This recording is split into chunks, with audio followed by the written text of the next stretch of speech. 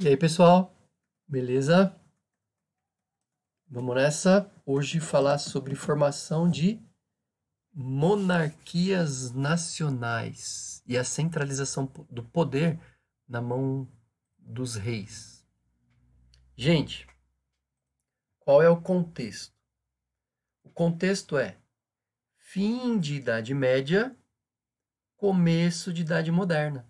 Lembra? A gente está vendo o finalzinho da Baixa Idade Média, as últimas coisas que aconteceram na Baixa Idade Média para transformar aquilo em Idade Moderna. E na Idade Moderna, novas coisas acontecerem. Uma delas é isso, quando surgem as monarquias, quando surgem as nações e quando o rei, ou os reis, né, passam a assumir o poder, centralizar as decisões para si. Era assim antes? Não. A Europa era toda fragmentada, lembra? Em vários feudos, não é? Cada poder estava centralizado na mão de um? Não, estava descentralizado na mão de vários senhores feudais. A Idade Média tinha essa característica. Agora vai mudar. A gente vai ver o que aconteceu para mudar.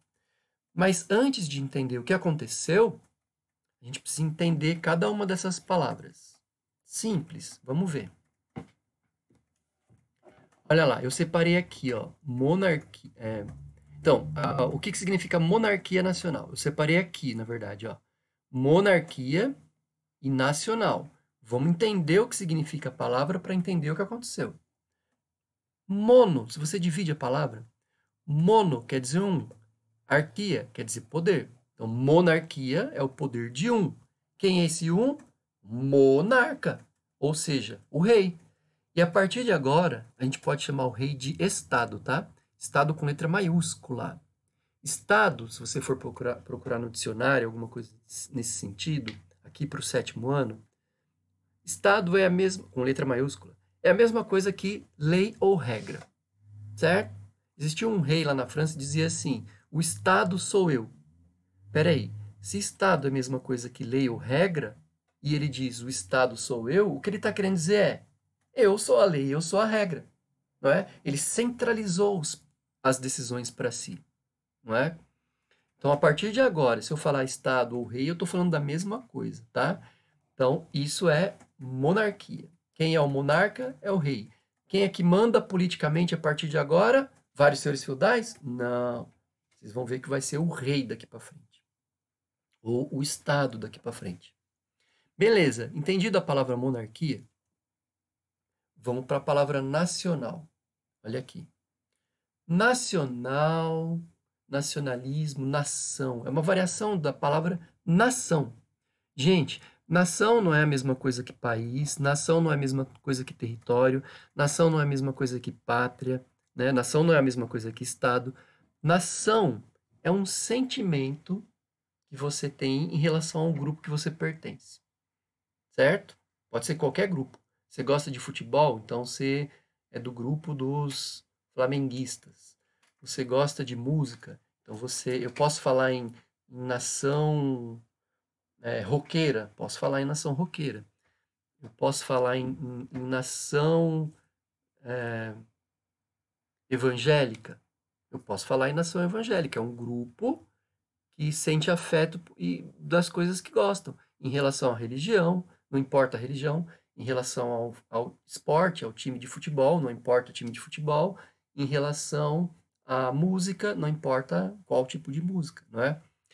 Então, isso eu estou dando pequenos exemplos, né? Mas eu posso falar de um lugar que se habita, sei lá, o Brasil.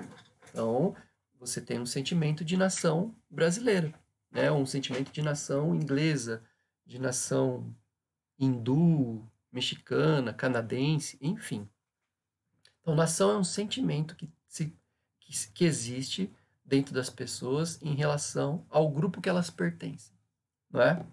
Beleza, entendido nação nacional. Agora, olha o nome da aula. Monarquia nacional. Quer dizer, então, que existe um no poder que conduz um grupo. E esse grupo tem afeto por onde ele vive.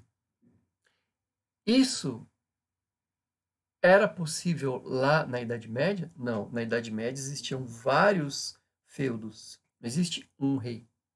Aí, nação. Olha, é a partir de agora, virando para a Idade Moderna, que vai surgir a nação Inglaterra, a nação Portugal, França, Espanha. Existia Inglaterra, França, Espanha? Não. O que existia eram feudos, o que existia eram burgos. Tá vendo? A gente está fazendo nascer esses países que a gente vai contar a história daqui para frente, na virada da idade para a idade moderna, né? Continuando aqui, então. Então, centralização do poder. O monarca, o rei, o Estado, centraliza as decisões e a burguesia apoia. O monarca centraliza o poder. O monarca estimula o sentimento de nação, não é? Então, era assim na Idade Média? Não, na Idade Média existiam senhores feudais, cada um lá na sua. Agora, agora não. Agora o rei, ele centraliza um país inteiro, uma nação inteira, e ele centraliza as decisões. Ele toma as decisões. E a burguesia vai apoiar. E a gente vai entender por que daqui a pouco. Então, surge o rei de Portugal, ou os reis de Portugal. Os reis da Espanha ao longo da história da Espanha, da França, da Inglaterra. Pela primeira vez a gente está falando em países, né? Era assim lá na Idade Média? Não. Lá na Idade Antiga, então? Não, não tinha Inglaterra, Espanha e Portugal. Tinha a terra, mas não com esse nome. Agora a gente está fazendo nascer esses países. Século XV, XVI, depende da história do país, mas é nessa virada de Idade Média para moderna. Na Idade Moderna, esses países vão existir. Então tá. Então, assim, até aqui eu expliquei as características do que quer dizer monarquia, do que quer dizer nacional, não é?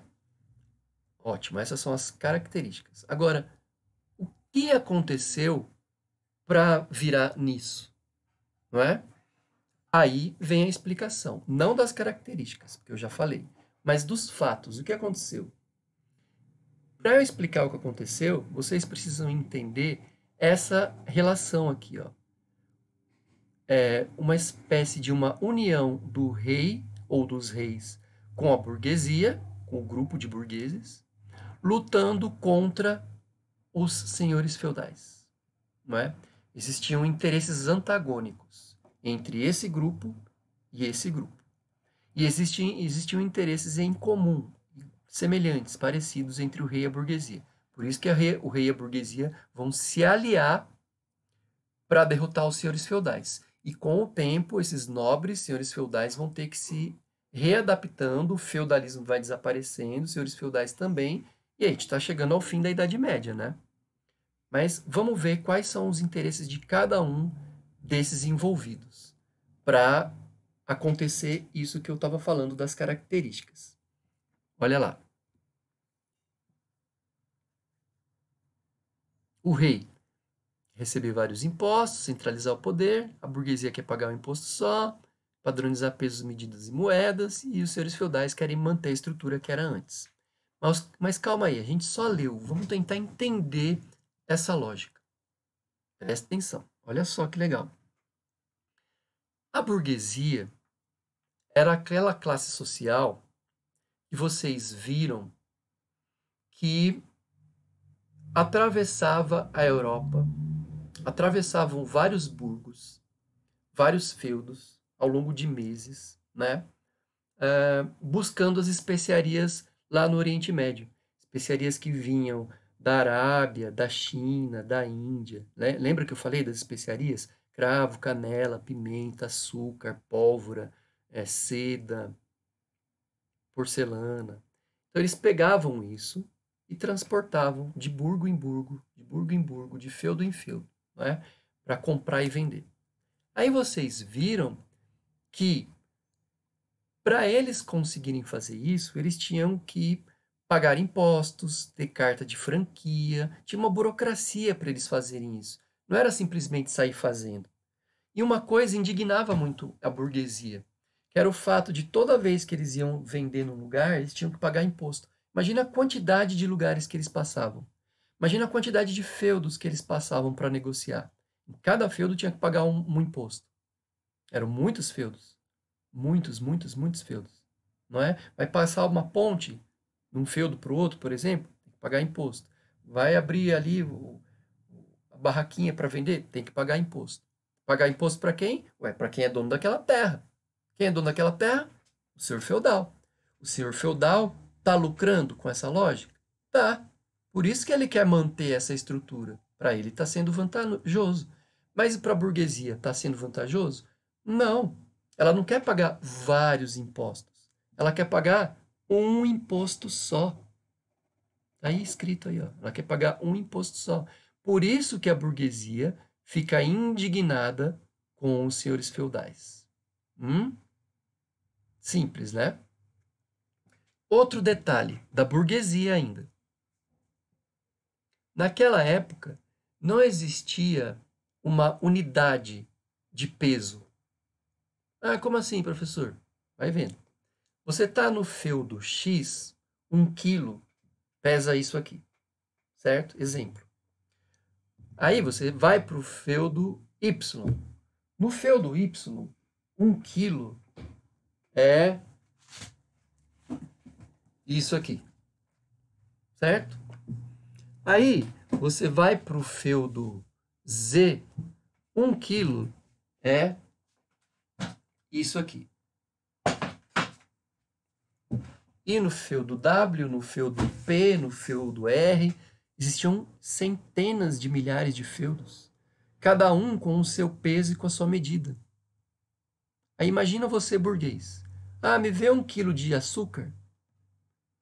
Para o burguês, dava muito trabalho. Eles têm que saber 1 quilo equivale a quanto aqui, ali, ali. De um dia para o outro ele ia para o outro feudo e lá o peso era outro. Então, isso era trabalhoso, era muito burocrático, né? Ele ficava perdendo tempo para ficar calculando quanto que é um, quanto que é outro. Ele queria agilizar, acelerar a sua produção, o seu negócio, a sua venda.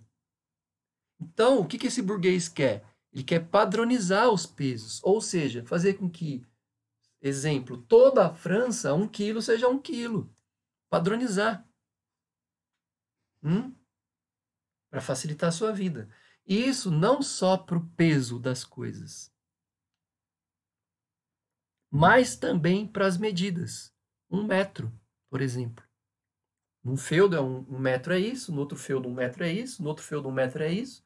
Ele quer padronizar as medidas. Ah, me vê 1 metro de seda, de tecido. Tá, quanto que é 1 metro aqui nesse lugar? Ah, é diferente do outro, que é diferente do outro. Antes de ontem estava num lugar que era assim, aqui assado. Difícil para ele. Ele quer agilizar. 1 metro é isso, ponto, acabou. Tchau. Não precisa ficar calculando, né? Então ele quer padronizar a medida. Imagina de novo. A França, 1 metro é isso. Ponto. Padronizar peso, padronizar medida e padronizar moeda também. As moedas tinham valores diferentes. No feudo X a moeda vale uma coisa, no feudo A vale outra, no feudo T vale outra. Aí você vai comprar e vender coisas com as moedas, dá trabalho, atrasa. Então o sonho da burguesia é que existisse a padronização, uma coisa só. Não é? E então a burguesia, pensando nas suas dificuldades, que são pagar muitos impostos e ter muitos tipos de pesos, medidas, moedas, ela lança uma proposta para o rei, ou para os reis, né? Imagina um grupo de burgueses se reunindo com um rei ou com os outros reis de outros países, de outros lugares, né? Não de outros países, e fazendo a proposta. Rei, você que é todo poderoso, que tem carisma por onde passa, né? Toda aquela rasgação de seda, né? O que você acha de lançar uma lei que padronize os pesos e as medidas e as moedas? E o rei pensa, mas o que eu vou ganhar com isso? Para mim, tanto faz. E a burguesia, então, propõe. A gente pode unir as nossas forças para acabar com os senhores feudais. Porque, rei, você poderia mandar no país todo, na nação toda. Você não faz isso porque tem vários senhores feudais mandando cada um em seu ponto. Você tem carisma por onde você passa, mas você não tem, durante a Idade Média, poder político. Você manda ali no seu feudinho, no seu reininho. Então, a burguesia lança a proposta de, ó, a gente junta as nossas forças, né? Eu, burguês, tenho dinheiro, a gente ajuda a financiar um exército contra os senhores feudais. Quando esses senhores feudais estiverem eliminados, você vai centralizar o poder nas suas mãos. E nós, burgueses, ao invés de pagarmos vários impostos para vários senhores feudais, nós pagamos um imposto só para você. E o rei, claro, ele ó, vai ter poder e vai ter dinheiro. Um rei medieval é diferente daquele rei moderno que vai se tornar um rei moderno. Um rei medieval, ele vive lá, muitas vezes na dificuldade, não é? Mandando no seu feudo, às vezes dá uma crise no seu feudo. Ele é um nobre, como outros senhores feudais. Ele tem a coroa, né? De vez em quando um ou outro paga imposto, tem lá os seus servos. Mas um rei moderno não. Ele recebe imposto de todos os lados. Ele tem poder. Por isso que ele constrói palácios, ele ostenta a sua riqueza, não é? É diferente o rei medieval para o moderno. E é essa transição que eu estou mostrando para vocês aqui nas monarquias nacionais, nessa aula, não é? E o rei, então, diante dessa proposta, perguntar o que tem que fazer? Só padronizar peso, medida e moeda? Beleza, vamos que vamos nessa aliança. Então, os reis se aliam com a burguesia e passam a lutar contra os senhores feudais. É lógico que ao longo de várias batalhas, né, esses senhores feudais vão sendo eliminados. E olha só, gente, o que os senhores feudais querem? Manter, manter a estrutura, manter o que sempre foi, porque estava dando lucro para eles. Eles mandavam no feudo dele, recebiam imposto de vários burgueses que passavam por ali. Mas então essa aliança, aos poucos, vai eliminando os senhores feudais. E olha, gente, acabou o senhor feudal, acabou o feudalismo. Acabou o feudalismo, acabou a principal característica da Idade Média. Acabou a principal característica da Idade Média, acaba a Idade Média. Começa a Idade Moderna. Os senhores feudais saem de cena e agora, na Idade Moderna, a gente vai ver a história do rei ou dos reis com a burguesia. Histórias para mais para frente. Aí eu coloquei essa imagem aí para representar a figura do rei, né? Centralizada, tomando as decisões, com o poder. Tudo bem? Foi só para ilustrar para vocês. E é isso então, gente. Espero que vocês tenham gostado. Valeu, até a próxima.